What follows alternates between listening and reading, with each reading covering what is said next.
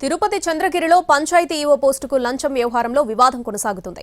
50 లక్షలు తీసుకున్నారంటూ చెవిరెడ్డి తనపై చేస్తున్న ఆరోపణలను నిరూపించాలన్నారు చంద్రగిరి ఎమ్మెల్యే సతీమణి సుధారెడ్డి. చంద్రగిరి టవర్ క్లాక్ వద్ద చెవిరెడ్డికి బహిరంగంగా ఫోన్ చేశారు సుధారెడ్డి.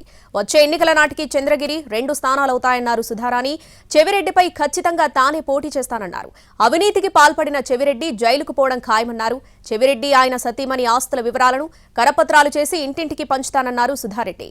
ఎమ్మెల్యే నానిని ఎదుర్కొనే ధైర్యం లేక తనపై చెవిరెడ్డి ఆరోపణలు చేస్తున్నారన్నారు. గత 5 ఏళ్లుగా ఆడవాళ్లను అవమానిస్తూ వైసీపీ రాజకీయం చేస్తుందన్నారు.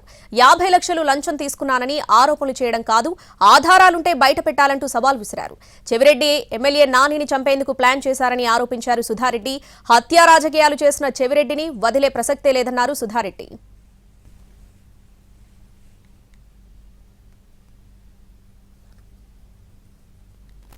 నాని గారిని ఢీ కొట్టడానికి చేత కాలేదా? నాని గారిని ఢీ కొట్టాలా? నాని గారి ఎమ్మెల్యే ఇక్కడ, నేను కాదు. నాని గారిని ఢీ కొట్టలేక నా గురించి తప్పుడు వార్తలు రాస్తే సమాధానం చెప్పాలా లేదా? ఇక్కడ మేము కూడా 5 సంవత్సరాలు ఉన్నాం. మీ సతీమణి గురించి ఎప్పుడు మాట్లాడలా.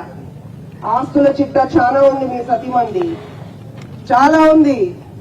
నేను 50,000 రూపాయలు 50 లక్షలు ఒక విలేజ్ అంటే నీ మనిషి మళ్ళా అతను నీ హయాంలో ఇచ్చిన ఈవో గారు, ఒక పంచాయతీ ఈవో గారికి నీ స్థానం కంటిన్యూ చేయాలంటే ఎమ్మెల్యే భార్య 50 లక్షలు అడిగారని స్పష్టంగా నువ్వు రుజువులతో నీ అఫిషియల్ పేజ్ లో పెట్టుకున్నావు. అన్ని గ్రూప్స్ లో నువ్వు సర్క్యులేట్ చేసావు. అందుకు మాత్రమే ఇక్కడికి రమ్మని చెప్పాను. నేను వచ్చి రుజువులు ఇస్తే నేను నీకు సమాధానం చెప్తా. వెనక కూర్చొని